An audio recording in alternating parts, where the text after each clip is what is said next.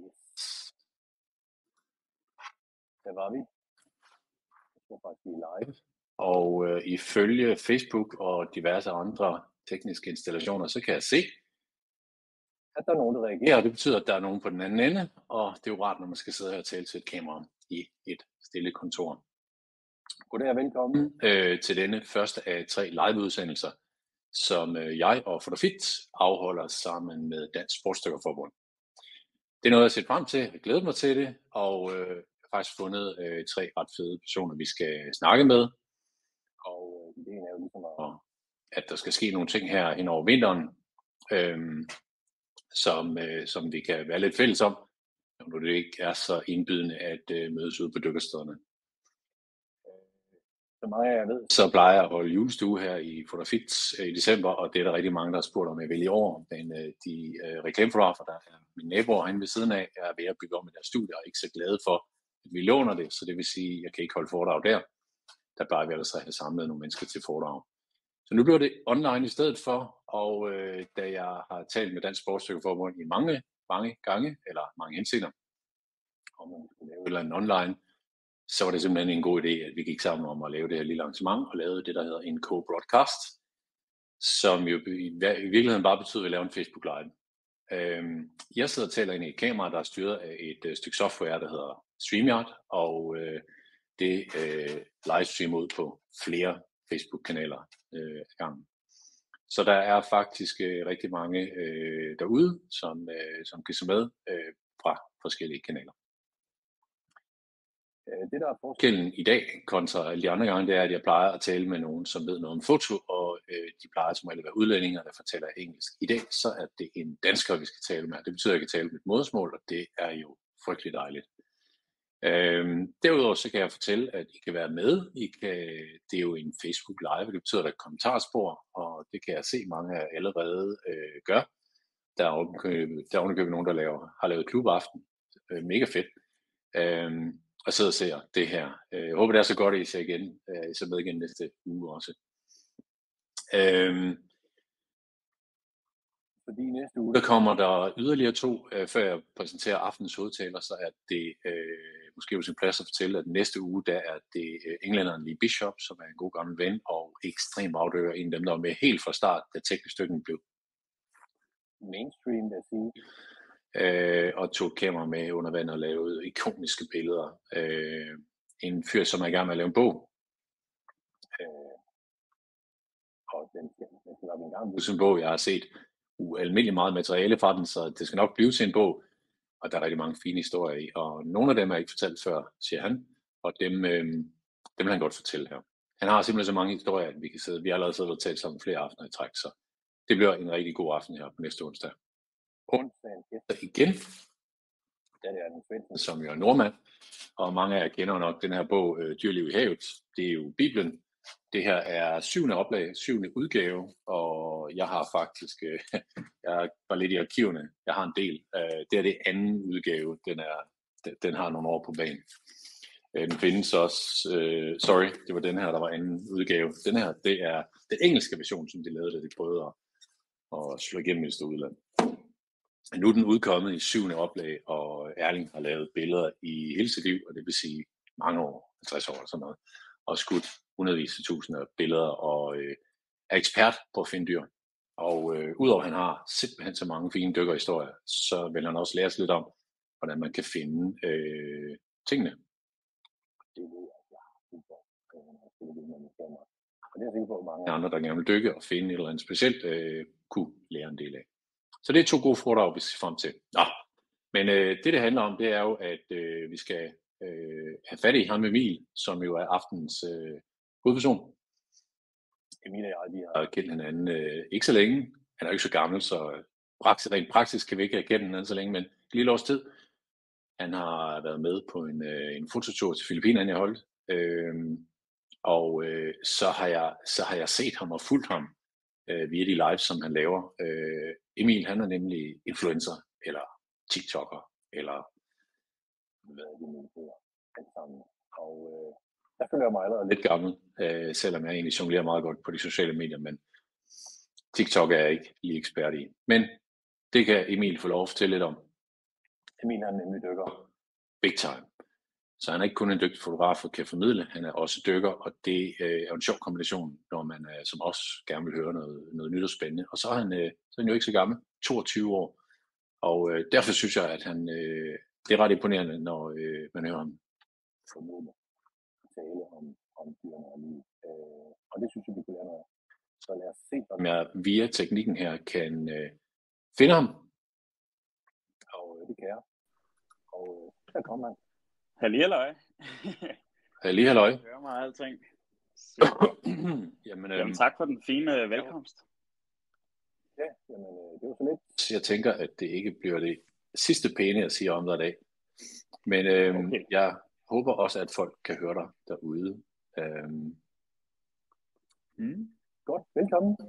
Emil. Tusind tak. Tak fordi jeg er glad for, at du... jeg er glad for, at du gider gøre det her. Det er jo sådan det er sådan en ny måde at holde foredrag på. Men du holder jo foredrag indimellem, gør du ikke det? Det er meget dykkerorienteret. Altså det er fedt, at vi har fat i sådan en gruppe af mennesker, som jeg rigtig godt kan lide. Normalt så snakker jeg blandt andet til foredrag med mennesker, som godt kan lide naturen, med folk, som ikke kan lide naturen, med folk, der ikke ved, de kan lide naturen, og alt imellem. Så nu er det fedt, at vi kan snakke til dykkere. Og jeg skal lige spørge derude, om folk kan, fordi jeg kan høre, du er lidt sværere i mine ørebøffer her, men jeg håber, du går meget godt igennem. Vi prøver lidt ny teknik i aften, og vi skal også afvikle nogle videoer, og der tænker jeg, at vi har glemt den ene mikrofon. Ja. Jeg føler mig ung med de unge nu, det må jeg sige. Godt. Hurtigt videre. Jeg præsenterer dig jo som TikToker og influencer. Du er fotograf, du dykker, du underviser. Du er 22 år gammel. Er det noget, du lever af det her? At være? Det er det. Ja, det er det. Og det kan jeg være glad for at sige, at jeg havde en drøm, som jeg er kun 14-årig, da det var, jeg startede med at dykke, om at jeg skulle bare lave det her, som var så smadret sjovt som dykning. Og det skulle jeg gøre resten af mit liv. Så nu er jeg 22 år og lever af det, og der er mange ting indiblandt, som jeg er godt på vej. Så både er fotografidelen, og så er der hele formidlingsdelen, altså naturformidlingen, at man er på sociale medier, man giver foredrag, optræder i lidt tv og radio nogle gange og sådan noget. Så det er en masse ting kombineret med noget, jeg godt kan lide. Nu siger du en gang imellem, jeg synes jo, du er på Godmorgen Danmark i tide og utide. Altså jeg har jo i introen her sammenlignet dig lidt med en ung Morten D.D., som man jo husker fra at ligge med snot nede i græsplænen og finde borebiler. Du er jo, altså første gang jeg så dig, det var et indslag om en fladfisk på en af dine kanaler, hvor at jeg tænkte, hvad foregår der her? Det var meget overdrevet. Jeg blev sådan helt intimideret af det. Jeg tænkte, hvad foregår der? Jeg så det færdigt og tænkte, det er sgu meget vildt det her. Jeg kunne ikke helt finde ud af det. Hvordan startede det? Ja, men det var også noget, som man overhovedet ikke har set før. Fordi at dykker samfund og sådan, vi ser lidt videoer fra hinanden, og når vi har haft en fed oplevelse på en af vores dykkerture eller sådan noget, men det er sjældent, vi faktisk ser nogen fortælle om, hvad der sker med i det danske hav, især her i Danmark. Der er jo ikke rigtig nogen danskere, der ved, hvad der findes under overfladen andet end tang og krabber. Men sådan det hele startede for mig med, at jeg prøvede at dykke. Og det er jo lidt fedt, og det viser bare, hvor meget det kan, det der dykning, fordi nu er jeg helt besat af naturen, både over og under vand. Så det hele det startede med, at jeg faktisk fik dykkercertifikat af min far, og det var mega fedt. Jeg kunne godt lide det, men det var også en hård oplevelse til at starte med, da jeg kun var 14 år. Så jeg blev kastet ud i januar i bølger, og det var koldt, og det sneede, og jeg skulle tage mit dykkercertifikat, og sigten var dårlig, og man skulle meget udstyr på. Lille spinkle Emil var ikke sådan super fan af det. Men eftersom jeg begyndte at fik set de her helt basale, normale små dyr, som strandkrabben, eller rødspætten, en fladfisk, en hundestejler eller et eller andet, så blev jeg helt betaget af den her meget alien-verden, som ingen rigtig snakker om i Danmark. Og siden da, så har jeg egentlig bare ville dele de oplevelser. Så hele fotografidelen og alt det her kom af, at jeg havde oplevelserne under vand, som helt normal open water dykker. så de her fede ting, fik prøvet at dykke på vrag, som vi har så mange af i Danmark. Det er jo fantastisk at bo her, når der er vrag nærmest ved alle steder, ikke også? Så jeg fik de her Indiana Jones eventyr.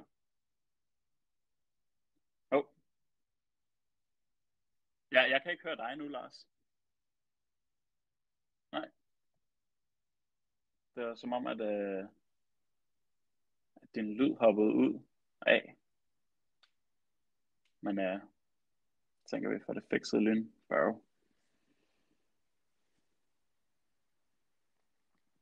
Altså, jeg ved, at min AirPods, de er i hvert fald ikke løbet tør for strøm eller noget, så jeg kan ikke høre dig lige nu. Men der er også sådan et lydløst ikon ved dig, som om du har skrevet lyden fra. Sådan. Hvordan er det nu? Yes. Super. Jeg har de her iPhone-ting, de har jo overtaget. De overtog min mikrofon, der sidder her. Så det har lige slukket det, så jeg har i virkeligheden brugt mikrofonen her i. Det var en fejl. Dem skynder mig ikke. Men nu håber vi er der. Det er godt, du kan høre mig. Jeg får lige et okay derudefra. Er jeg stadigvæk okay derude? Jeg tror det nok. Men du lærte simpelthen i januar måned, det minder mig faktisk om, det gør jeg også. Eller jeg tog dykkerkursus hen over vinteren, og det var også frygteligt. Altså, den her dykkerbutik, de hiver mig ud. Yes, nu er vi begge to på, det er fint. Jeg kan huske, at jeg i marts måned stod i en våddragt og skulle i vandet i 1,5 time. Det var simpelthen frygteligt. Det er ufatteligt at dykke i dag med den... med det der skete der, så det var helt vildt. Men prøv lige at høre, jeg sidder og tænker på, du laver alle mulige ting, og du lever af det, altså, jeg husker jo, jeg begyndte at undervise som fotograf, jeg var ung fotoelev, da jeg var 22 og sådan noget, og underviste i foto, du er 22 nu? Ja. Ja, du er 22 nu, ja. Jeg føler mig lidt gammel, altså, hvor er du på vej henad? Altså, skal du have dit eget tv-program, eller er du i virkeligheden skide ligeglad med tv? Jeg vil gerne det hele lidt, fordi mit sådan primære mål med alt det her, jeg laver, med min fotografi, med mine videoer og så videre, det er jo, at jeg gerne vil have bragt naturen ind i folks hjem. De fleste danskere, de sidder jo bare på deres TikTok, på deres Instagram, glor ind i tv'et, især i weekenderne, fordi de har haft en hård arbejdsuge. Jeg blev introduceret til naturen igennem dykning, så det er en monstergod måde at introducere folk til en fed ny verden som naturen. Men det, som jeg gerne vil med hele det her naturformidling, det er altså komme ud på TikTok, Instagram, Facebook, tv, om det er radio, podcast, foredrag, bøger. Altså jeg vil gerne det hele på en gang, og jeg er i gang med at prøve at få det hele til at lykkes på en gang. Der skal bare være natur på natur og natur på. Du fik jo en pris som årets formidler her for nylig. Hvem var det, der udstedte den i grunden? Jamen, det er til noget, der hedder Naturmødet, som er det her kæmpe arrangement. Der var omkring 35.000 danskere, der deltog til det her Naturmøde, som er et kæmpe arrangement, der bliver holdt i Hirtshals over i Jylland. Og der kommer alle naturelskere og naturentusiaster, biologer, forskere, hele baduljen, naturformidlere, og de kommer for at høre fede historier fra mig, og se Morten D.D., Sebastian Klein, og snakke med en masse forskellige hvad kan man, virksomheder, som har noget med natur at gøre, og fonder og så videre. Så det er bare med natur på, at der bliver debatteret en masse, og der fik jeg så æren af at tage prisen med hjem som Danmarks bedste naturformidler i det år. Ja, men det er jo helt fantastisk. Det er jo garanteret noget med, at man stemmer via TikTok, er det ikke? Eller hvad? Det er jo bare rent snyd. Jo. Altså, og det er noget med, at du har en 788 millioner mennesker, der følger dig på de der kanaler, er det ikke sådan noget lignende? Jo, også det. Nej, der var 3 dommere, og hver dommer galt som 25%, og den sidste dommer var sådan public, så det var folk fra Facebook, TikTok og Instagram, og de var så den sidste fjerdedel af stemmerne. Så det var faktisk ret fedt. Jeg ved ikke, hvem dommerne var helt præcis lige nu, men... Nej. Jeg vil faktisk godt prøve noget sjovt nu, fordi jeg har faktisk downloadet noget, uden du vidste det. Det var en TikTok-video, du har. Det er jo ikke noget, du ikke ved, du har, for du har jo selv lagt noget.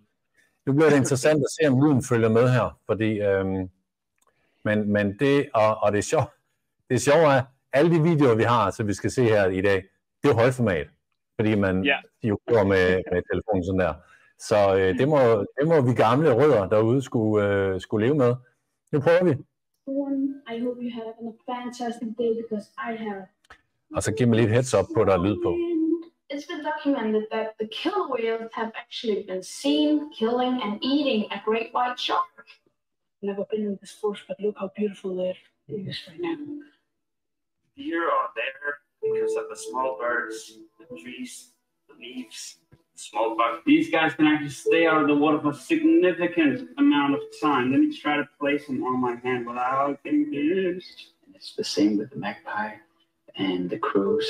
They give away positions so other animals can get away. Quite funny. If you didn't know, I was featured on BBC 4 times. So somebody actually took that picture.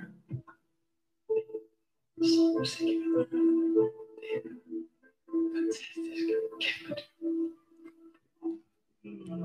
Og skal se ud den bur. Vi dropper buret fuldstændig, og så skal vi ud og svømme med den rigtigt. Ja. Man skal bare lade være med at ligne sig, så går det fuldstændig højt. Jeps. Jeg synes simpelthen, det er så sødt, det her. Yeah. Men du er jo stadigvæk 15 år eller sådan noget der på 14 eller sådan noget på det første billede. Yeah. Det ligner en meget lille dreng. Det er ret sjovt. Jeg lige se, om jeg kan få den til at gøre, som jeg vil herovre.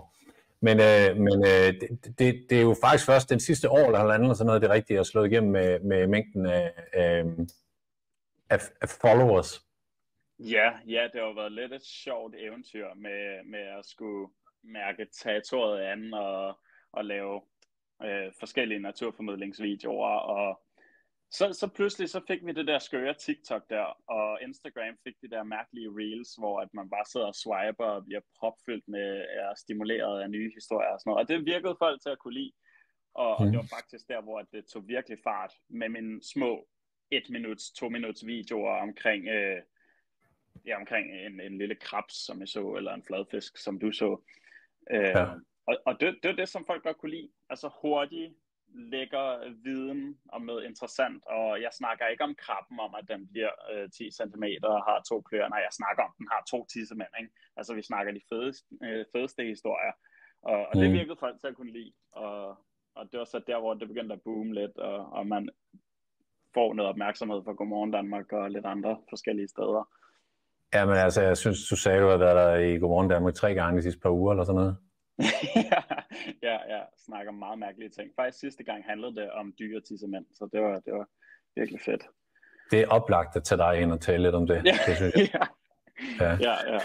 Nå, men du har jo brugt det i din proces med at forsøge at komme til at leve af det, ikke? Og så har du så fået lidt sponsorer, eller folk, der hælder lidt penge efter dig, eller ting og sager. Ja, og så, lige præcis. Ja. Og det er jo måske heller ikke gået folks næse forbi, at du sjovt nok er blevet fotografiambassadør for et lille firma her, og det er jo noget, jeg er glad for, fordi det er jo sådan noget som dig, jeg skal have ind til ligesom at sparke mig lidt videre, ikke? Men en af de ting, jeg så, det er jo, at du har lavet en del for Kingfish, og en af de ting, du har lavet her, det synes jeg da lige, vi skal se. Og jeg tror egentlig det første, hvor et kameraet skal vende, så folk de må lige lægge sig på tværs på sofaen, når de skal se det her. Lad os se, om jeg kan få den startet. Ikke? Jeg skal selvfølgelig lige have det hele med her. Spændende. Og der kom den. Dyk ned i havet om natten, for så at slukke vores lygter og se, hvilke mærkelige, selvlysende, alienagtige skabninger, som så dukker op ud af mørket. Denne her video er sponsoreret af Kingfish, så hvis du skal have dykkercertifikat eller udstyr, jamen så er det derinde, det foregår. Product placement. Yes. Man lyder lidt ligesom Darth Vader. Jeg sank ned i det mørke vand og fandt et lille sted med sand, som jeg kunne lægge mig på, imens jeg slukkede mine lygter. Nu er det tid til at være fuldstændig alene i mørket på havets bund. Nu handlede det egentlig bare om at få vendt mine øjne til mørket Og pludselig, efter nogle minutter, starter der lige så stille et lysshow af mikroorganismer rundt om mig. Ja, tro det eller ej, det danske farvand er præcis ligesom Pandora fra Avatar-filmene. Navnet er bioluminescens, eller biologisk lys, som er udsendelsen af lys fra en levende organisme, lidt ligesom I kender fra ildfluer eller tussefisken fra Find Nemo. Det første dyr, som dukker op ud af mørket, er en hel masse gobler. Årsagen er dinoflagellater, som er en encellet plankton, der blandt andet får vandmænd i Danmark til at lyse op.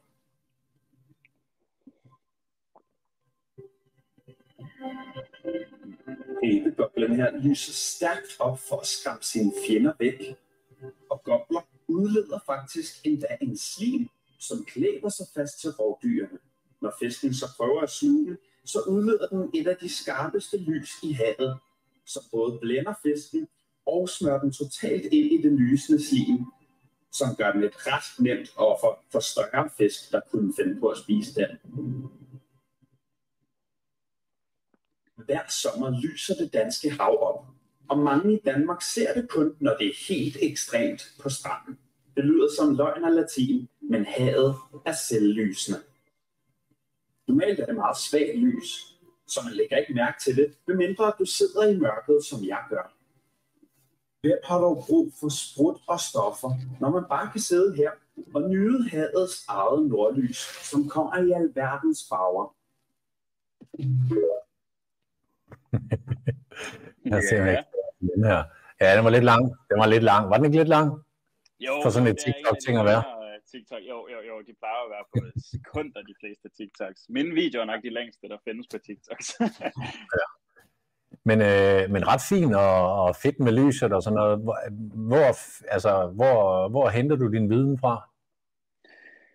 Det er lidt sjovt, fordi jeg har jo sådan en umættelig nysgerrighed for naturen og har fået det igennem årene, så efter jeg har dykket, siden jeg blev introduceret til naturen, da jeg var 14 år, så har jeg bare pumpet mig selv op med fed information, som jo alle sammen ligger totalt frit for os på Google og YouTube og hvor det ellers er.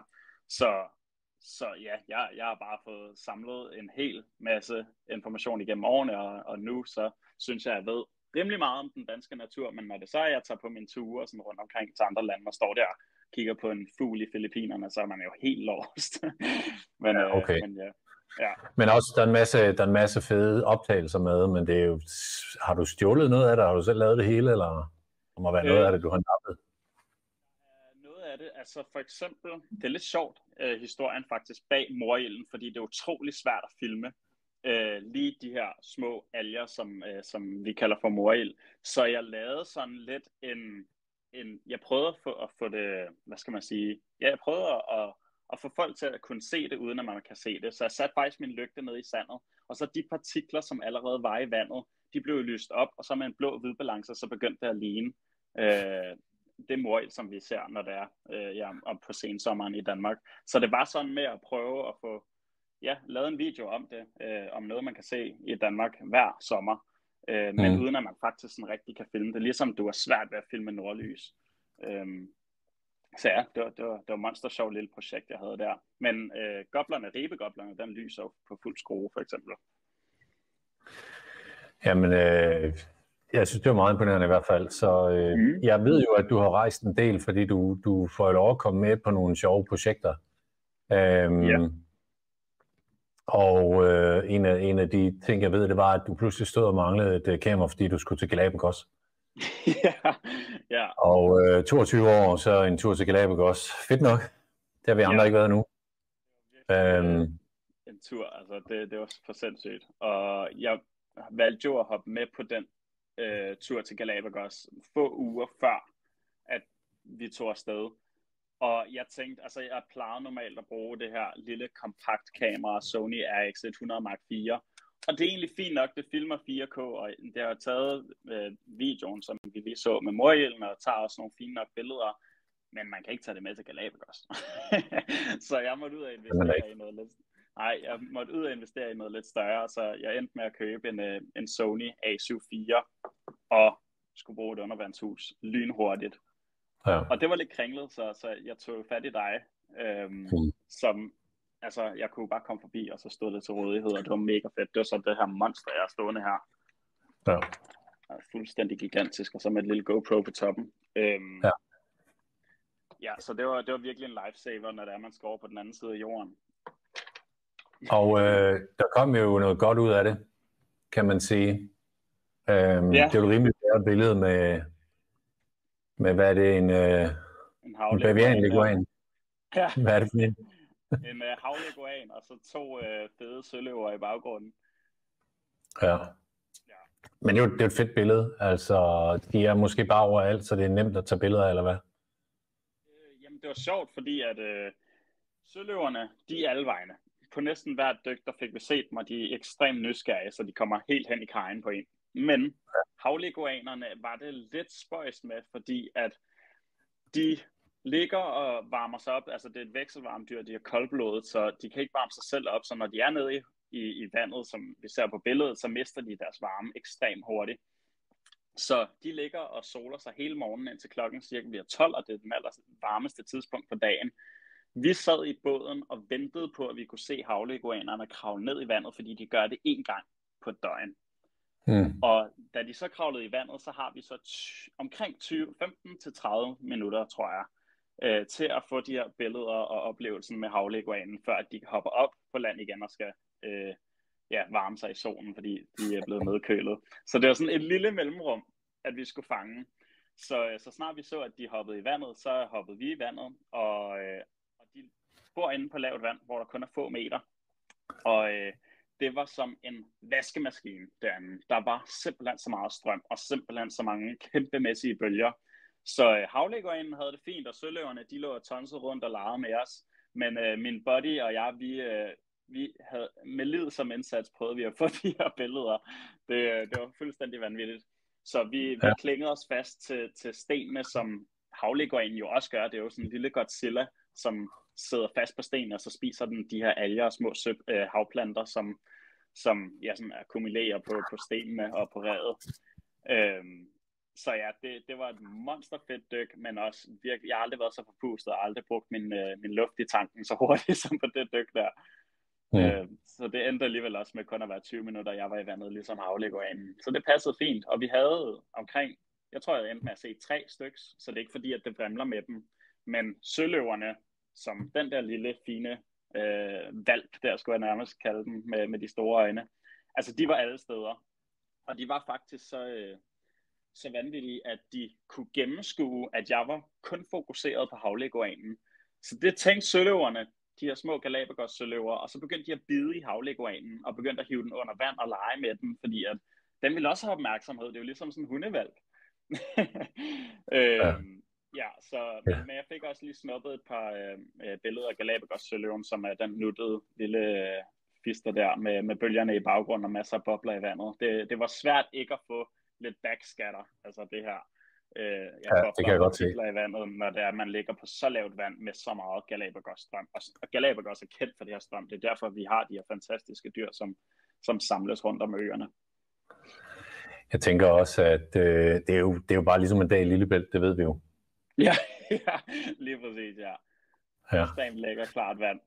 Ja, det er en ordentlig møghund, der ligger der. Altså den til højre. Den til højre. Ja. Det er jo sådan, at på Galapagos, så er der 2 primære arter af søløver. Der er de små Galapagos-søløver, som var den på det forrige billede, som er smadret søde, sjove, nysgerrige, men så har vi altså også de store pelssøløver, og det er den, som er på det sort-hvide billede der. Når det er lige for kysset med en pelssøløve, det er de færreste, der kan sige det. De kommer op og vejer nogle 100 kilo, og er pænt store. Og de er meget, meget territoriale. Så den kom faktisk ned, og ligesom I forestiller jer en søløve lyde over vand, altså i zoologisk have, når jeg har hørt det, sådan lyder de også under vand. Så de kommer ned og grønter af dig, sådan, og man tænker, hvad søren sker der? Jeg har fået stemmer i hovedet, fordi det er virkelig underligt at opleve, når man er på 25 meter, som jeg er på det billede der. Okay. Det var på sådan en vægdyk. Og så var der den her territoriale pelssøløve, som kom helt hen, kyssede mig i panden og sniffede til min maske, skulle jeg til at kalde det, og bed mig lidt i skulderen for at se, hvad er den her neoprenvåddragt alien mand, der er nede på mit territorie. Så det var virkelig grineren at have ham liggende i lang tid. Men så snart der kom de andre små Galapagos-søløver, så blev de jaget væk. Altså, de skulle bare forsvinde, ja. Men jeg tror, den var rimelig klog nok til at sige, at jeg ikke var særlig sjov at slås med, når jeg har en kæmpe metaltang på ryggen. Okay. Ja, men jeg har altid lidt respekt for at komme tæt på de der dyr, men altså, der var forskellige slags. Det der billede har jeg jo set så mange gange, jeg synes simpelthen, det er så fedt. Fortæl lidt om det. Jamen, det er så skørt, fordi Galapagos er det vilde vesten, det er det virkelig. Og ikke nok med, har du et dyk, hvor du ser hvalhajer, du ser hvaler i sig selv, tusindvis af delfiner, og det er ikke engang en overdrivelse. De er alle steder. Søløver på søløver, kæmpe hajer, altså hele baduljen. Men på det ene dyk, så under min nødopstigning, så synes jeg kunne mærke, at jeg blev overvåget lidt. Og da det var, at jeg kiggede op og skulle til at bevæge mig til overfladen, så lå der en enkelt sule, som den fugl hedder. Det ligner jo bare en måge for de fleste, men det er faktisk en Galapagos-sule. I kender måske de blåfodede suler, som har de her helt blå, lyseblå fødder. Der er i hvert fald mange billeder af dem på nettet. Og de bor på Galapagos-øerne. De er overhovedet ikke sky for mennesker. De ved ikke helt, hvad vi er, når det kommer til sådan fjende. Altså, de har ikke rigtig nogen fjender på de her øer, fordi det ligger midt ude i Stillehavet. Så når det er, man bevæger sig rundt på øerne, så sidder der suler og frigater og hvad der ellers er, små fugle, altså meter fra en, og de er overhovedet ikke bange for en. Men den var super nysgerrig på, hvad det var, vi var for en. Så lige inden jeg steg til overfladen, så fik jeg lige smækket mit kamera helt op i kajen på den. Og der valgte den så at sætte sin fod på mit frontglas her, som jo hedder en dome. Prøv lige at tage den frem på det her lækre, fine glas, som jeg ikke vil have ridser på.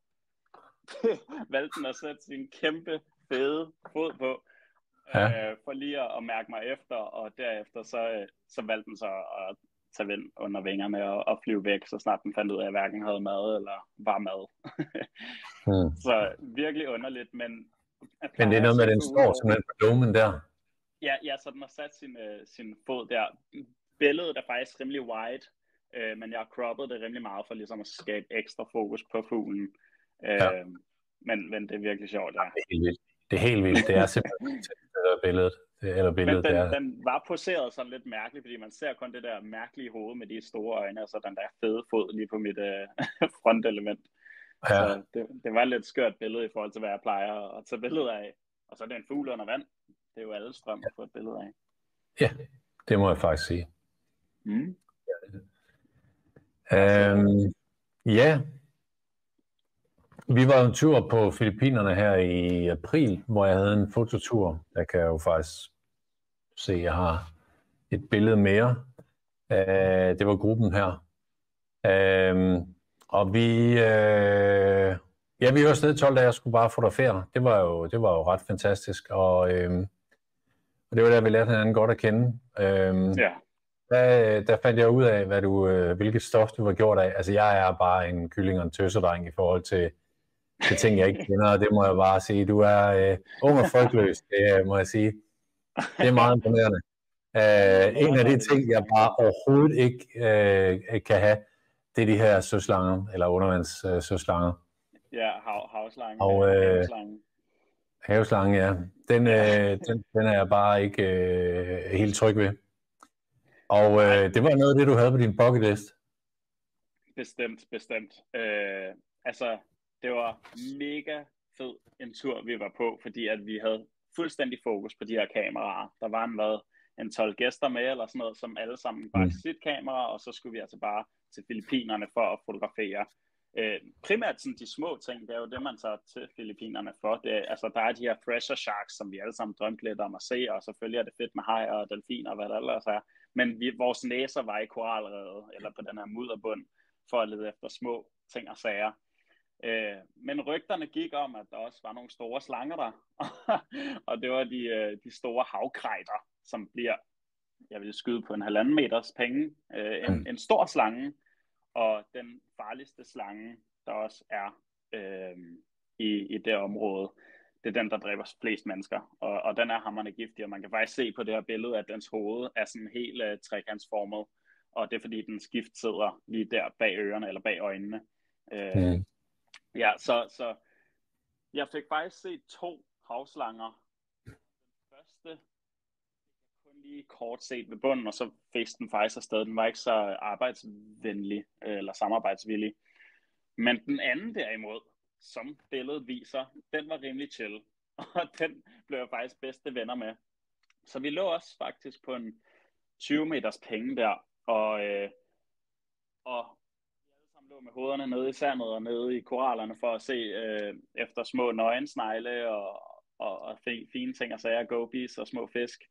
Og lige pludselig så min buddy kigger jeg over til for at tjekke op på, om hun er okay. Hun har en havslange, altså en havkrejt, liggende på maven af sig, uden hun har opdaget det, fordi hun ligger med hovedet nede i det her kamera og fotograferer et eller andet i redet. Så hun er bare en af, altså nok giftigste slange liggende på sin mave. Så jeg ræser over imod hende, fordi det er en kæmpe ting på min bucket list at skulle se den her havslange, ikke mindst få et fedt billede af den. Og den lægger sig ned til bunden, jeg får lov til at være med den, den viser så meget sine jagtteknikker, og jeg får virkelig fået hele havslangeoplevelsen. Alt det der, det har du allerede fortalt, og det har du nemlig på en TikTok-video. Fedt. Så lad os lige se den. Skal vi ikke lige det? Ja. Jo, det gør vi lige. Jeg dykke ned i det filippinske hav for at møde en af verdens giftigste slanger og svømme helt tæt med den. Vi tog net ud på havet og hoppede derefter i det tropiske farvand. Der var fisk alle vegne, alt sammen mad til havslanger, så den må bare være her. Sigtbarheden var lidt dårlig i vandet, men det gjorde det bare endnu mere spændende. Pludselig ud af min øjenkrog ser jeg noget kæmpestort bevæge sig i redet. Det er den, og den kommer lige mod mig. Den skift er 10 gange mere giftig end en klapperslange, og kan slå dig ihjel lynhurtigt. Men på trods af dens kæmpemæssige størrelse på 1,5 meter, så er den helt fredelig og lå bare og hyggesvømmede med mig. Den viste mig sin fantastiske jagtteknik ved at gå fra hul til hul i redet i håb på at fange en lille fisk eller ål. Den var meget nysgerrig og kom helt hen til kameraet for at se, hvad det var. Jeg kan simpelthen ikke tro, at jeg er så tæt på den. Dens hale er helt flad og formet som en pagaj, der hjælper den med at svømme. Slangen har lunger ligesom alle andre slanger, og skal derfor op og trække vejret. Det er en fuldstændig vanvittig oplevelse. Vi ses i næste video.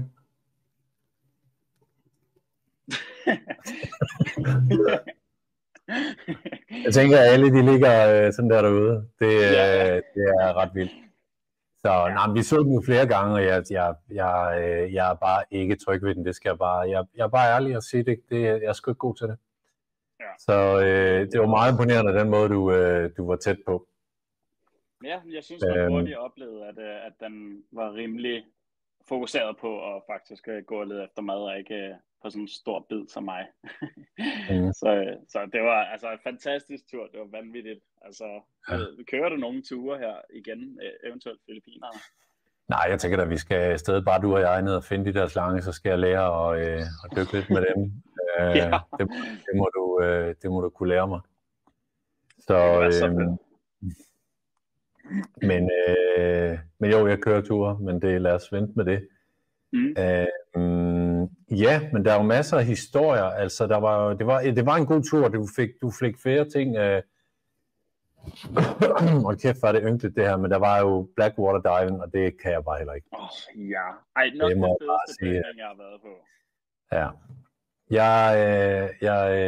Jeg skal lige... Kæft, var det ynkeligt.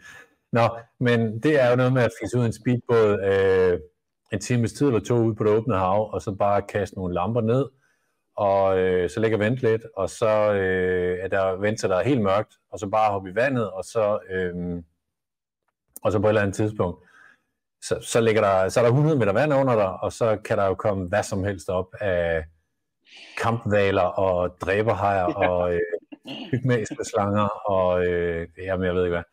Ej, hvad min hjerne ikke kan bilde mig ind, der kommer der, det er jo ikke værd at kende til. Men I var på en tur, der var kun en enkelt tur derude, og den var du på. Det var så. Og det var noget med, der var også, altså det er jo noget med sigten, var ikke helt super, men altså, du lavede endnu en video, og derfor synes jeg, at vi kan da lige starte med at se den, hvis folk de ikke har fået ondt i nakken. Hvis de tør også. Ja, jeg synes, de er så gode de her, så de er jo ganske kort, så lad os bare lige se. Det er fedt. Ja. Skal vi dykke ned i det filippinske hav, hvor der er mere end 100 meter dybt, og ligge i det åbne vand midt her om natten, og se, hvilke mærkelige skabninger, der dukkede ud i mørket. De tog ud midt på havet, inden det blev mørkt. Og da mørket faldt på, så smed vi et rev med lygter ned i vandet, som en form for lokkemad til alle dybhavsfiskene. Nu skulle jeg i udstyret og kan vide, hvad der ventede på mig dernede. Velkommen til det mørke hav. Der var mere end 100 meter dybt under mig, og jeg var blot bare et lille lys ude i mørket. Det første dyr, der opsøgte mine lamper på kameraet, er en fisk så sjældent filmet, at jeg næsten ikke kunne finde ud af, hvad det var. Det her er den enormt sjældne dybhavsfisk, der hedder spidshalet langebarn. Det ligner en blanding mellem en ål, fisk eller slange. Sikke en mærkelig skabning, som både svømmer frem og tilbage, imens den jager mindre dyr. Jeg brugte meget tid med den, men nu skal vi videre og se, hvad der ellers dukker op ud af dybet. Det næste, jeg fandt, var en salpe. Man skulle tro, at denne her klat var i familie med vandmænd, men der tager du fejl. Den er faktisk tættere relateret til mennesker, da den har en hjerne, mavesystem, hjerte og meget mere i modsætning til gobler og vandmænd, der ikke har det. En salpe er ligesom en flymotor. Ind ad den ene ende kommer der vand igennem og rører ud af den anden side. På den måde filtrerer den vandet for plankton, som den spiser. Jeg så også gobler. Nautilus. Blæksprutter. En tangnål. Og små fisk.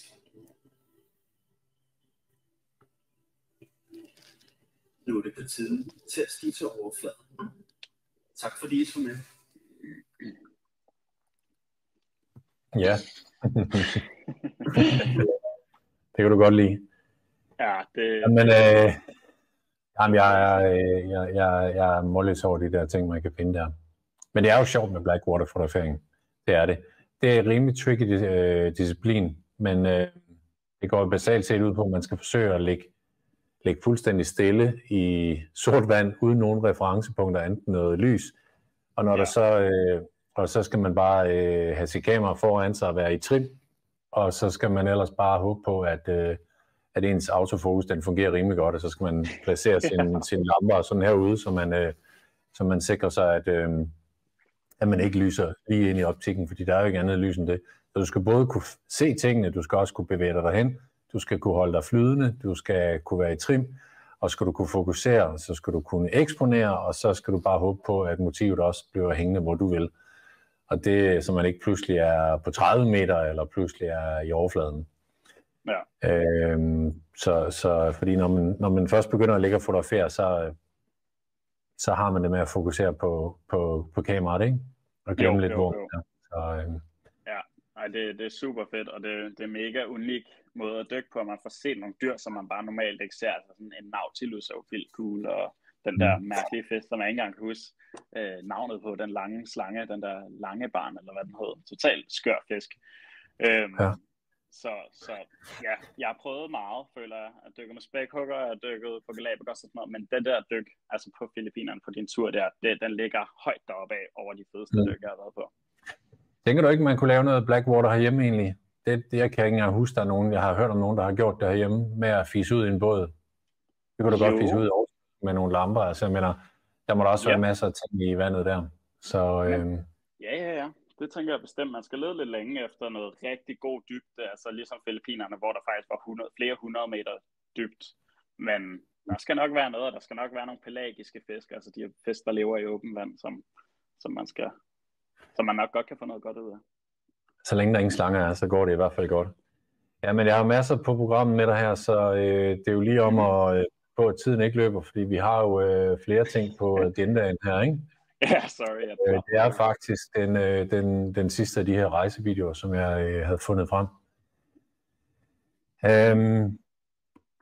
Hvilket vil sige, at vi går lidt videre, ikke? Til næste her. Jeg har jo ytret, at jeg synes, at folk skal lytte lidt til de unge, og en som dig, der lever af at formidle, for det gør du, og formidler til højre og til venstre med det ene og det andet, og har fingeren på pulsen og alle de andre floskler, jeg kan finde på at sige. Hvad kunne du forestille dig? Altså, lad mig prøve at sige det på en anden måde. Når jeg kigger på demografien på min virksomhed, og som jeg sælger kamera til, så er det selvfølgelig fortrinsvis mænd, fordi dem har jeg flest af. Men vi siger 35 til 55 år. Det er min hovedmålgruppe. Det er jo noget ældre end dig. Ja. Det vil sige, det er nogle gamle røvhuller. Nu har der lige været DEMA over i USA, den store messe, og der ved jeg jo, når jeg er derovre og ser, altså det er jo for det første de samme mennesker, der er med hvert år, men folk bliver jo ældre og ældre. Altså, og det er jo også ejerne af de her dykkerbutikker rundt omkring og resorts, de bliver også ældre og ældre. Det er som om, at der ikke i vores verdensaldel kommer lige så mange nye ind, som der gjorde i 90'erne og 80'erne, da jeg begyndte at lære at dykke. Ja. Men du har jo lært at dykke. Du er jo bidt af det og glad for det.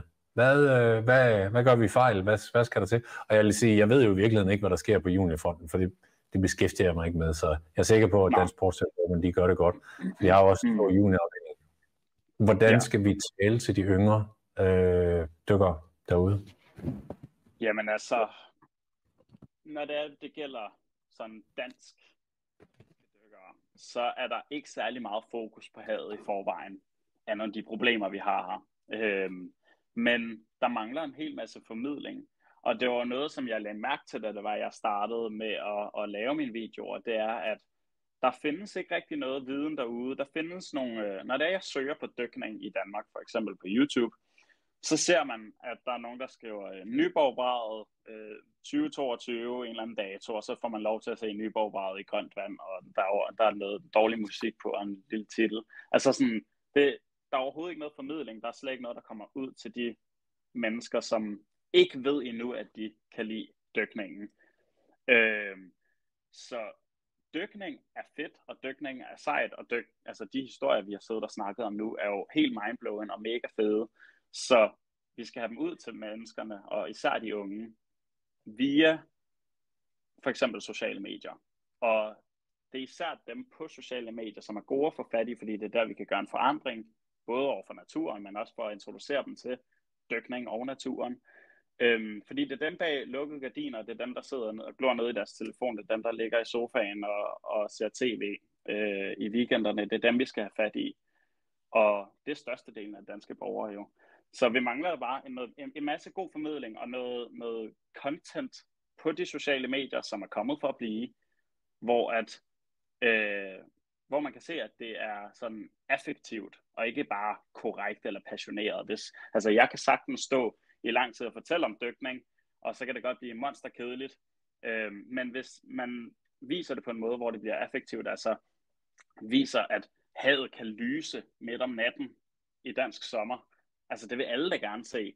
Og at vi har hajer, vi har blæksprutter i Danmark, vi har fantastiske dyr i det danske hav. Vrag, så det vrimler, på grund af, at Danmark har den historie, som det har. Så der er en hel masse fede ting at tage fat i. Vi skal bare lige have nogle ordentlige formidlere til at fortælle den historie. Og der er en masse dykkere derude. Der er folk, der fortæller historier på de fedeste måder. Det kræver bare lige, at man ikke kun peger GoPro'et på fisken, men også man vender det også lige om. Eller man tager sin iPhone ud, inden man hopper i vandet og siger, nu skal vi i vandet. Det her sted er kendt for dens utallige gobler, som der er, og så kan man vise det, og det er lidt vildt at dykke i. Altså sådan, vi har brug for noget entusiasme og noget fed formidling. Fordi at det eneste, der findes derude nu, det er sådan lidt mig på TikTok, nogle få videoer på YouTube, der er Paddy, som ligger lidt forskelligt op på deres sider og sådan noget, og der er selvfølgelig jeres fede Facebook-grupper, hvor der faktisk bliver lagt en hel masse videoer og mega fedt content op, men det kommer bare ikke ud til folk på samme måde.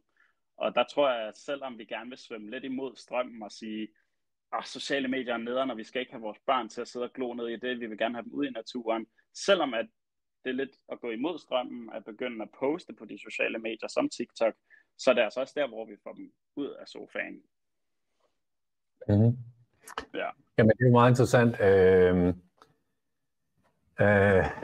Jeg tænker, at det måske er et budskab til forbundet, sådan på større plan, ikke? Hvis du nu forestiller dig, at der sidder en klub derude, hvor nu var der en klub i Bjerringbro, hvor de sidder en flok mennesker, og hvis jeg kender dem ret, så er de alle sammen på min alder, eller ældre, måske et par stykker yngre, jeg ved det ikke, jeg driller, men hvor er deres juniorer i dag, og hvorfor, hvad skal de på lokalplan kommunikere? Fordi TikTok er jo bredt. Altså, ja, 100%. Det er rigtigt. Hvad jeg mener? Ja. Og man siger jo, at sådan billeder kan fortælle 1000 ord og sådan noget, men hvis jeg skal give et godt råd, så videoer er klart vejen frem. Om det så er på jeres Facebook, om det er på jeres Instagram, hvor det er lidt mere lokalt hjemmesider. Altså giver I folk en værdi i bare at se jeres videoer, selvom at de ikke kan lide dykning. Altså det er dem, vi gerne vil have vendt over i dykning, ikke? Så har du virkelig fat i den lange ende.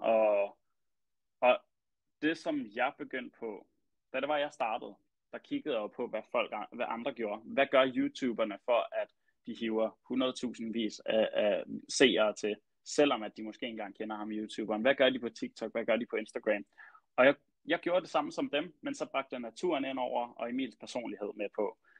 Og det i sig selv var godt nok til, at jeg nu kan leve af at lave mine naturformidlingsvideoer, blot bare med min telefon. Altså, nu så jeg også lige i kommentarerne her, at der var nogen, der spurgte, hvor lang tid jeg brugte på at redigere og indtale videoerne. Det hele er lavet på den, vi går rundt med i hånden, eller i lommen, vores telefon, ikke? Jeg filmer den med telefonen, jeg redigerer det på telefonen, smider det op på Facebook, smider det op på Instagram og så videre. Så det er egentlig ikke, fordi der er sådan sindssygt meget arbejde i det. Det er ikke en helt store produktion. Men det er faktisk ekstremt nemt at hive fat i folk, når man kigger rundt omkring og ser, hvad der virker for andre. Nu har jeg jo været med dig på Filippinerne, hvor vi brugte lidt tid sammen, og du ved, jeg bruger jo meget tid online, og fordi jeg har kunder i hele Europa, fordi mine kunder er jo ikke her i byen. Så jeg er nødt til at komme ud på den her måde, og jeg kan sætte mig ned og tale foran et kamera, men jeg har heller ikke tid til at redigere. Og for mig, der er jo, altså, da jeg blev uddannet fotograf for 30 år siden, eller mange år siden, og vi havde videomoduler, og der skulle en video jo være et færdigt produkt med en intro og underlægningsmusik og grafik og hele lortet, ikke? Og det er det jo også i dag, men jeg må indrømme nogle af de værktøjer, du introducerede mig for, det må jeg jo blankt erkende, gør arbejdet et langt stykke af vejen i hvert fald, og nu kommer der jo AI, som bare hjælper helt vildt med det. Ja. Jeg tror, min egen erfaring ud fra de ting, du forsøgte at lære mig, og jeg har stadigvæk ikke tid til at lave dem. Det er sådan noget helt andet. Ja. Men jeg laver så godt jeg kan. Men det var faktisk at begynde at tænke i det. Og jeg tror, jeg ved ikke, hvis jeg skal lytte til på det, du siger, og forsøge at tale til klubberne derude, så hører jeg dig sige, lav noget lokalt content, og publicere det på lokale grupper. Ja. Og så begynde at tænke i at lave videoer, og så husk på, at videoer skal ikke være lange, indviklede konstruktioner med en lang intro og en lang outro. Altså det der chokerer mig mest, det er faktisk at se videoer på Instagram, eller jeg ser ikke så meget på TikTok. Men altså, de starter jo spot on. Der er jo ikke nogen intro med en lidt underlægningsmusik. Det starter jo sådan, og så er det ofte få klip. Så det er noget med lige at lære sig den der rytme. Og så når man er derude, så, og ja, altså nu ved jeg jo, hvad det koster med et lille iPhone-hus, og hvad man kan med dem, ikke? Det er jo ingen penge, og du kan jo virkelig lave vilde ting med din telefon i forvejen, det ved alle. Så det der med at lave en lille, altså de der 3-4 klip, når man er på tur, altså 2 klip, når man klæder om. 1 klip, når man går i vandet. Klik den fast. Tag en 3-4 ting. Lidt op igen. Og så 3 billeder, når man griller pølser. Den obligatoriske grill. Og det er virkelig, ja, det er nemlig virkelig simpelt. Og jeg ved ikke, om du lagde mærke til det, men på vores Filippinerne-tur der fik vi dykket. Jeg kan ikke huske, hvor lang tid vi var afsted. Kan du det? 12 dage. 12 dage, ja, okay. Så vi dykkede i 7 dage, tror jeg, eller så vi fik dykket i 7 dage. Og så sidste dag, okay, 10 dage, så vi fik dykket i 10 dage, og jeg fik set havslangen, jeg fik dykket med nøgensnegle, jeg fik set en hel masse fede ting, blackwater diving, alt det her. På sidste dag, der stillede jeg mig ud til vandet, ud ved stranden, tog min telefon frem og sagde, i dag skal vi finde den her fede slange, eller i dag, der skal vi prøve at se om, hvordan det er blackwater dive. Det er jo det, som jeg starter alle mine videoer med. Så altså, det var overhovedet ikke hårdt arbejde. Jeg lavede min dyk, som jeg plejer. Ja, jeg får lige kaptajnen til at filme mig hoppe i vandet, når det er, jeg tyrer mig selv bagover. Så får jeg filmet slangen, og så til sidst på min tur, så siger jeg, lad os se, om vi kan finde den her slange. Og så er det ikke. Det samme gør jeg i Danmark. Altså, jeg tager ned på et dyk, finder en søtunge, så kommer jeg op af vandet, og så sidder jeg og fortæller på stranden om søtungen, hvorfor den er så sej, bla bla bla. Så det er overhovedet ikke hårdt arbejde på nogen som helst måde. Og når man så lige sætter sig lidt ind i, hvordan det er at redigere på telefonen, som er, altså, a piece of cake, det er virkelig nemt. Man skal bare lige hurtigt sætte sig ind i det, fordi programmerne er virkelig lavet børnevenlige, som for eksempel CapCut, som jeg bruger. Så det tager ikke længere end en halv time at sidde og redigere sådan en video. Bare lige tyre GoPro-videoerne ind, og så er det altså færdigt. Og det gør bare sådan en stor forskel i forhold til, ja, når det er bare en normal dykkervideo fra et sted, som folk ikke kender med noget musik. Så Nyborg-vraget, det er hermed, der er hermed et forbud mod at lave videoer på Nyborg-vraget. uden at lave hvad. Det kan være, vi skal gå videre. Du skulle have lovet med 3 vigtige tips til at formidle. Er der noget af det, vi kan bruge der? Eller de her ting? Ja. Altså, hvis jeg skal komme med 3, så er det at huske på, sådan, når det er, vi formidler, så er naturen, den er sej. Dyk er sejt. Jeg er ikke sej, fordi jeg dykker. Når det er, nogle gange bliver stoppet på gaden, og så siger folk, hey Emil, jeg elsker dine fede videoer på TikTok. Okay, tak. Men det er ikke mig, der er fantastisk. Det er naturen, der er fantastisk. Jeg afslører bare dens hemmeligheder. Ikke? Så i det, at I dykker under is på en sø, eller I dykker på et vrag, eller hvad det er, I gør rundt omkring i Danmark, eller i andre lande, det er mega fedt i sig selv, og der er en fantastisk historie. Så husk på det.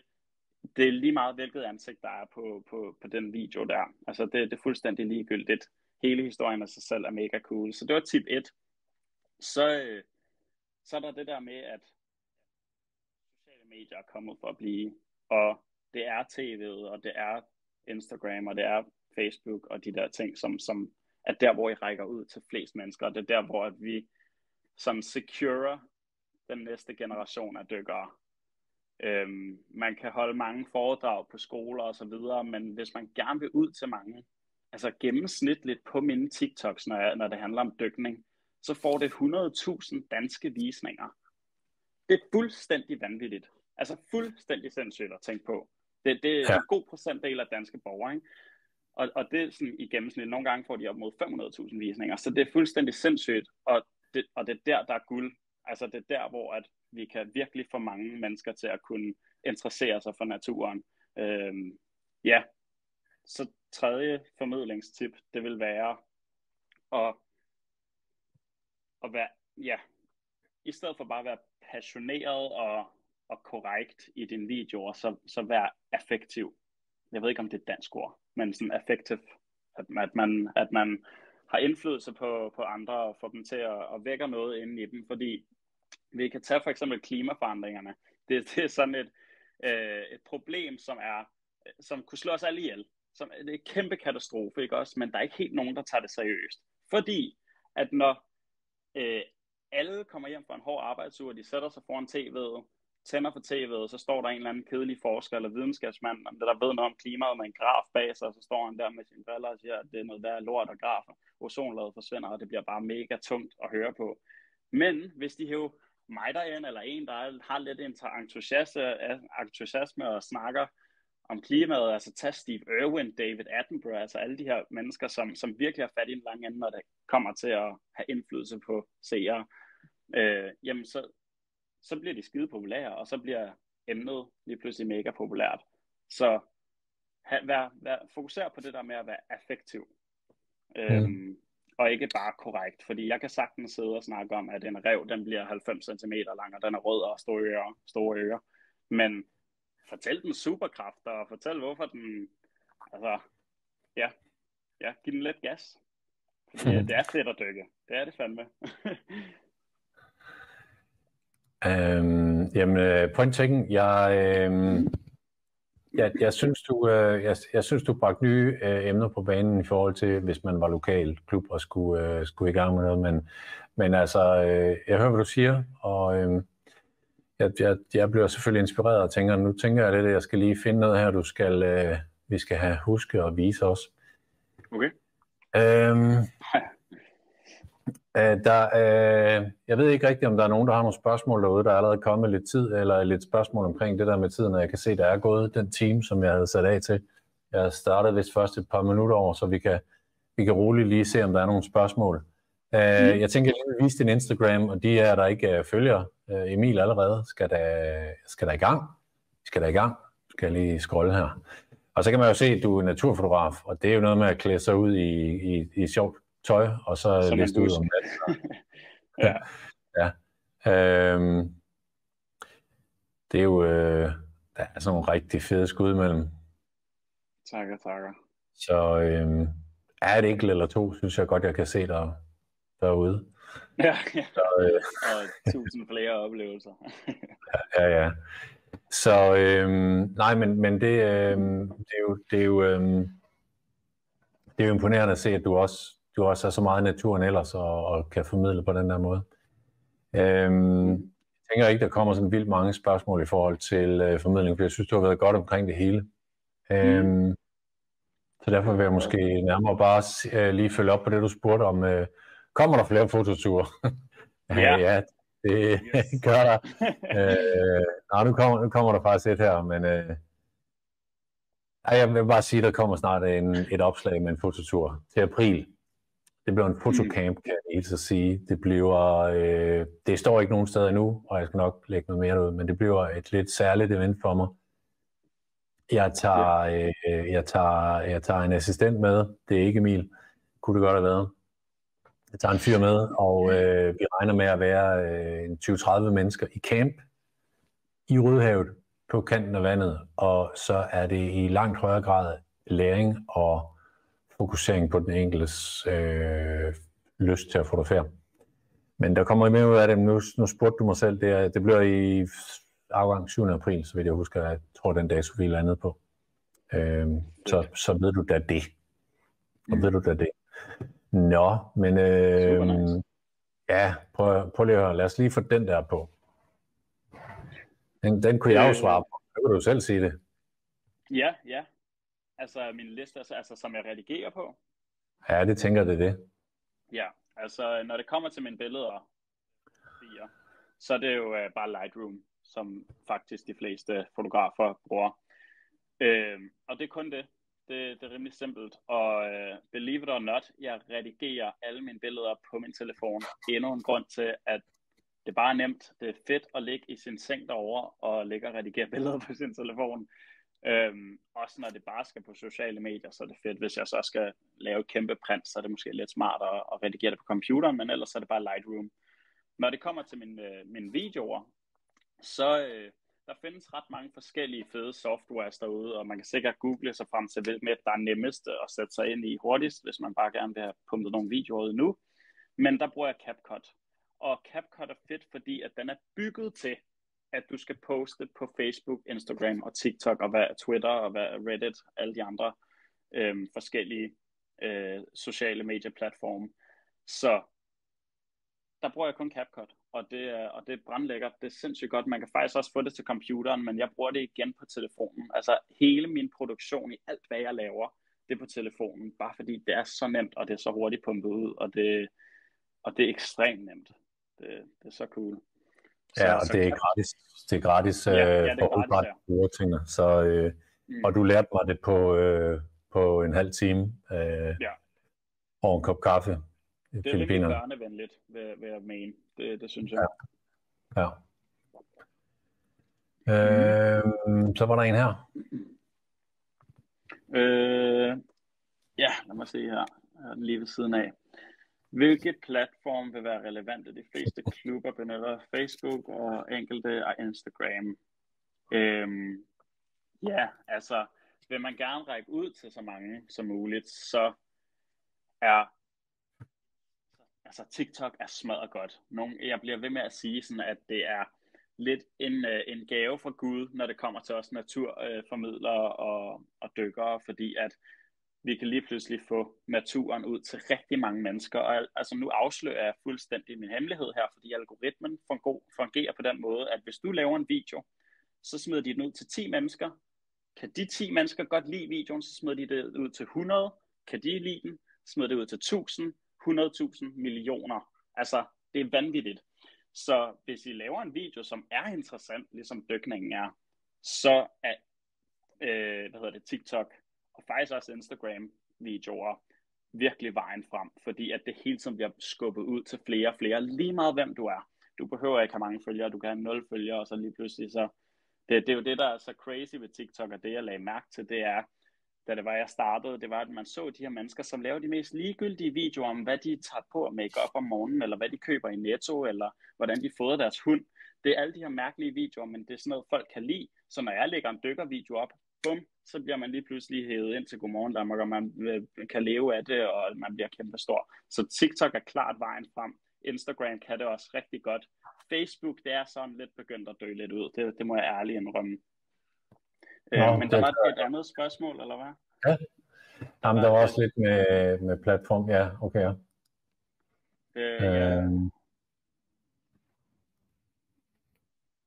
Skal jeg prøve at se her. Og der var 3. Flere klubber har ofte fornemmelsen, at unge fravælger foreningslivet i stedet for at tilvælge det kommercielle. Hvordan tror du, klubberne skal gøre for at tilpasse sig unge dykkere? Ja, det er et godt spørgsmål. Altså, jeg tror måske, at foreningslivet, det kommer af sig selv. Og noget, som jeg synes er det mest strålende ved hele fotografi-community og dykker-community, det er, at vi gør det sammen, og vi giver hinanden oplevelser, vi deler videoer, vi deler lokationer, vi tager ud og dykker sammen. Altså hele det her. Ja, er det ikke det, de mener med foreningslivet? Det der med, at man melder sig. Det tænker jeg. Ja. Men lad mig prøve at sige, tror du ikke, altså det jeg tænker på, det er, altså har klubberne virkelig noget at skulle gøre mere, eller er Foros i virkeligheden flyttet væk fra klublivet? Altså nu ved jeg ikke, om jeg tør at klikke på, nu tror jeg lige, at det tager herover, før jeg, ellers så risikerer vi, at der er en eller anden fra min kone her, der siger et eller andet her, men nu skal jeg lige finde ud af, altså, altså for eksempel har jeg danske undervandsfotografer som en side, ikke? Som nu vil den ikke ligesom jeg vil. Der er nok for meget gang i det her, men sådan her. Hvor jeg synes, at jeg har for eksempel ikke kunne finde noget undervandsfoto rigtigt, og jeg har simpelthen så mange danske kunder, der ringer til mig, og som gerne vil noget mere, og som siger, at jeg dykker ikke rigtig herhjemme.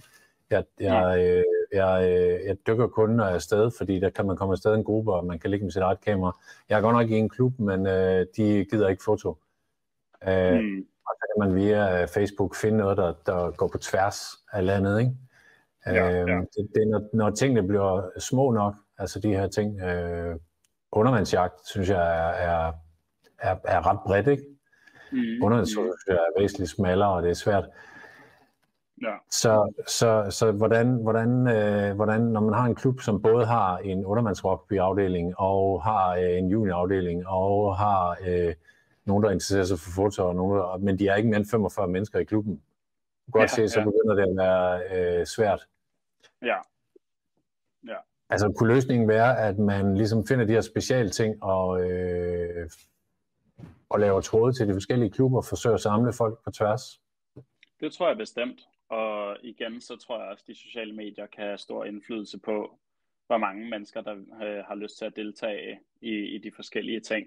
Altså begynder man, der er jo folk derude, som kan lide hver ting. Altså der er nogen, der er vildt interesseret i fotografi i forvejen, som tænker, okay, man kan også tage billeder under vand.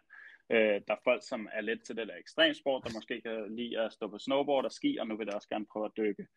Så hvis der man begynder som klub at lægge lidt video ud på de forskellige platforme, så tror jeg, at det kan hive rigtig, rigtig mange mennesker til, og jeg har gjort det som eksempel. Jeg har hjulpet både Kingfish dykker butikken der, men også min egen mors restaurant. Der begyndte vi at lægge video ud på TikTok omkring sådan noget helt ligegyldige ting nærmest, om hvordan man sabler en champagne, eller hvordan man laver en mad.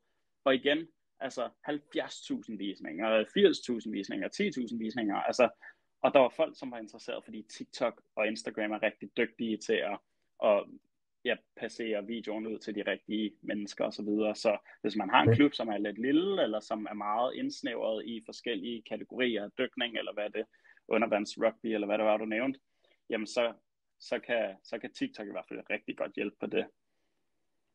Jeg kan bare se, hvor korte klippene er, når det kommer ud, og når jeg selv sidder og swiper, så stopper jeg ved en video, og så er den 5 klip og 17 sekunder, ikke? Ja, så jeg mener, det er jo ikke, hvis man er konsekvent omkring at lige at lave det på optagelser, når man er afsted.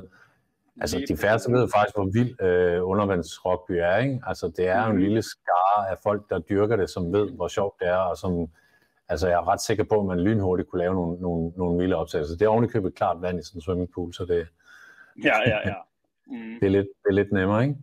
Der er en, der skriver, John Sønderby skriver her, at det er farligt. Man skal pille det farligt ved dykning ud af klubberne. Klubberne har fokus på, at dykning er farligt. Det ved jeg ikke, hvad jeg skal sige til, men jeg tænker faktisk, at det er rigtigt, at der måske er ikke så meget fokus på naturen i klubberne. Nej. Det er faktisk min erfaring er, at vi måske tager naturen for givet. Vi er i naturen, når vi dykker, men vi taler ikke om den. Nej. Vi taler om, at der er dårlig sigt eller god sigt. Ja. Dybt vand eller ikke dybt vand, altså. Fordi tidligere, da jeg lige sad og tænkte lidt over de ting, vi vil snakke om i dag, så tænkte jeg også, okay, så søger jeg på YouTube bare scuba diving. Og de første videoer, der kommer op, er alle sammen sådan nogle ulykker. Det hele lorter. Og det første, som jeg siger, når jeg siger, at jeg har været på Galapagos, når jeg siger det til min familie eller venner, sådan, jeg har været på Galapagos og dykket med delfiner eller hvaler og sådan noget, det første, de siger, er sådan, er du ikke bange for at dø eller drukne? Og der kan vi jo bruge sociale medier til at vende hele den der, hele den der, hvad kalder man, stigma om, at dykning er farligt. Også fordi, at man kan se, hvor meget jeg har gjort ved TikTok ved at introducere dykning til Danmarks seere, altså på TikTok. Der var intet om det sådan rigtig førhen.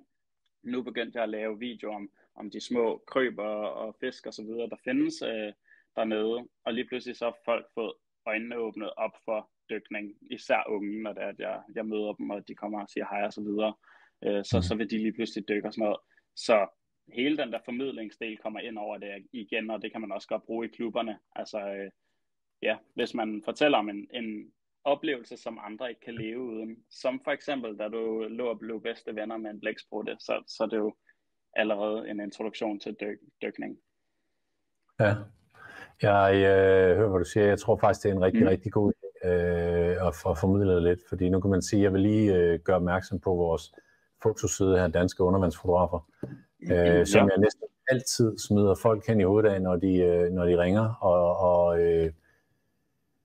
Men det er jo stadigvæk, hvad skal man sige, en lille bitte smule lukket forum, fordi det er den, der allerede er interesseret, ikke? Så det skal ud i de der reels og stories, hvor det bliver publiceret lidt mere bredt, for at åbne sig til nye. Jeg tror, det er ved at gå ind. Jeg tror, vi er ved at... nu er det lidt dumt, nu kan folk sidde og se, hvad folk sker her, hvad folk de... Nu gør vi lige sådan her igen. Nu har vi også set, at vi har danske undervandsfotografer, så dem, der ikke har fået sig smidt på der, ikke? Yes.